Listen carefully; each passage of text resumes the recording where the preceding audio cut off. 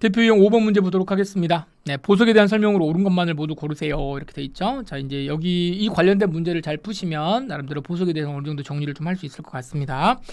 기억번. 자, 법원은 특별한 사정이 없는 한 보석 청구를 받은 날로부터 7일 이내에 결정을 해야 된다. 그래서 7일 요 이제 숫자 문제니까 잘 보시고요. 보석은 주얼리. 예, 세븐. 예. 요거 잘 외워 놓으세요. 세븐. 보석 7일 이내에 관한 결정을 해야 됩니다. 이게 보석 청구도요. 보석에 관한 재판을 하는 거기 때문에 빨리 심리 열어가지고 보석을 할 것인가 말 것인가 결정해서 7일 이내에 관한 결정을 해야 된다. 숫자 잘 보세요. 니은 여기 맞죠?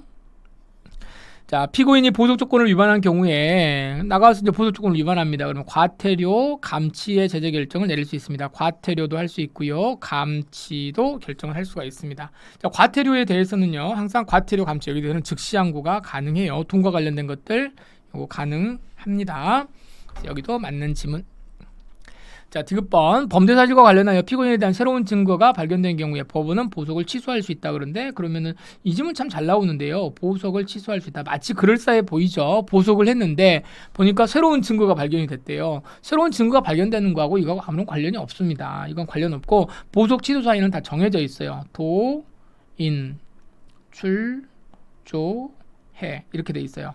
도망하거나 증거를 인멸하거나 재판받으러 나오라 그랬는데 출석을 하지 않거나 보석을 할 때는 이제 보석 조건을 정해주는 거거든요. 근데 보석 조건을 위반하거나 이제 다른 사람 해코지하거나 이렇게 합니다. 도인 출조해 5가지거든요.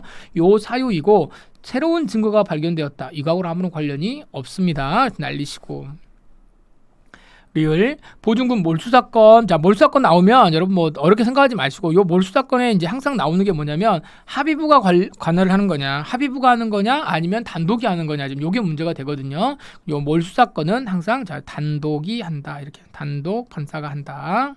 그래서 이 결정에 대해서 설령 그 관할 법원이 원래 그 보석 허가 결정이라든가 취소 결정 이렇게 하는 거 이 사건과 관련돼 가지고 이거를 설령 뭐가 합의부가 설령 한다고 하더라도요, 보증금 몰수와 관련된 사건은 요 몰수는 단독으로 따로 계산하면 따로 해서 단독이 한다라고 하는 거. 사물관할 여러분들이 지금 아마 예전에 공부를 하신 분들은 당연히 사물관할 아시겠죠. 그다음 처음 공부하신 분들은 조금 이제 어려울 수도 있으니까 사물관할은 이게 뭐 하는 거예요? 합의부로 가는 거냐, 단독이 가는 거냐, 단독 판사가 하는 거냐, 합의부가 가는 거냐, 뭐 어디에서? 자, 1심을 기준으로 이야기를 하는 거잖아요. 그래서 이 사물관할의 이야기는 무거운 사건 이쪽에서 가는 거고, 단독 사건, 자, 합의부 사건은 뭐야? 사형, 무기, 예.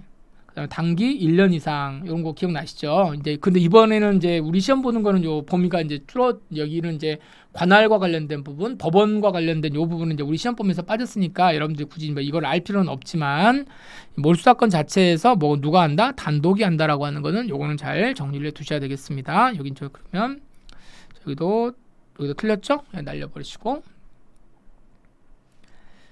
자, 미음. 법원은 제3자의 출석 보증서의 조건을 법원은 제3자의 출석 보증서의 조건을 정한 보석 허가 결정에 대해서 석방된 피고인이 정당한 사유 없이 불출석합니다. 불출석하는 거예요. 출석하지 않는다. 그러면 그 출석 보증인에 대해서는 어떻게 해요? 보증인에 대해서는 500만 원 이하의 과태료를 부과하거나 여기 N인데요. 감치에 처할 수 있는 거냐? 감치는 보증인에 대해서는 자, 여기다 적으시죠. 자, 보증인은 뭐예요? 보증인을 가둘 필요는 없어요. 보증인을 가르진 않습니다. 그래서 요거는 아니다. 이렇게 보십니다. 그래서 여기도 날려버리시고. 자, 비읍. 보석 허가 결정의 취소는 보석을 허가를 했다가 그럼 보석을 허가를 하게 되면 어디에 가 있겠어요? 이 사람이 이제 유치장에 있다가 쭉 가가지고 이제 집에 가서 너희는 쉬세요 이렇게 말을 했단 말이에요. 집에 가서 쉬고 있는데 여기에서 뭐를 했다는 거예요? 조건을 위반했다. 보석 조건을 위반하게 되면 뭐 하겠습니까? 보석 결정을 곧바로 취소한단 말이에요. 취소를 하게 되면 이 취소한 등본, 요 취소한 집에서 지금 놀고 있잖아요. 집에서 잠자고 있는 사람들, 요 사람한테 요 취소 결정문을 뭐 해야 되느냐? 송달을 해야 되지. 송달을 해야 효력이 발생하고 집행을 할 수 있는 거냐. 근데 우리 판례는 뭐라고 그러냐면 그렇지 않다고 봅니다. 자, 이제 왜 그러냐면 자, 보석이라고 하는 거는 원래 뭐가 전제되는 거냐면 구속되어 있는 것을 전제로 하고 있는 거잖아요. 그냥 구속되어 있는 건데 보석을 내준다. 그러면은 구속의 효력, 구속의 효력이 여러분 상실되는 게 아니고요. 잠시 정지되어 있는 상태예요.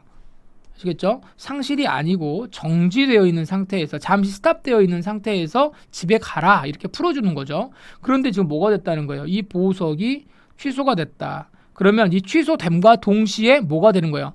잠시 정지되었던 이 구속의 효력이 그대로 부활하는 겁니다. 그대로 부활해요. 따라서 이게 굳이 이 취소 결정이 내려졌을 때 취소 결정 내려지는 순간 뭐가 되는 거예요? 구속의 효력이 생겨나가지고 곧바로 걔를 어떻게 하면 돼? 집에서 지금 룰루라라고 놀고 있는 요 사람을 그냥 데리고 와가지고 구속을 집행을 해버리면 되는 것이지, 여기 가가지고 무슨 요 등본을 요 결정 등본을 송달을 하고 내가 이렇게 지금 구속이 취소가 되었군, 보석이 취소가 되었군 이런 식으로 알아먹어야 그때 집행할 수 있는 건 아니란 말이에요. 아시겠죠? 그래서 등본을 이거 할 필요가 없습니다. 송달과 전혀 관계없이 그냥 그대로 가가지고 잡아오면 된다. 곧바로 부활한다. 이렇게 보시면 되겠습니다. 그래서 여기도 날려버리시면 되겠고, 자, 옳은 것만을 고르세요. 그랬으니까 앞에 처음에 2개만, 그렇죠? 2개만, 요것만 맞으니까 정답은 기억 니은 여기가 되겠습니다. 1번이 답입니다.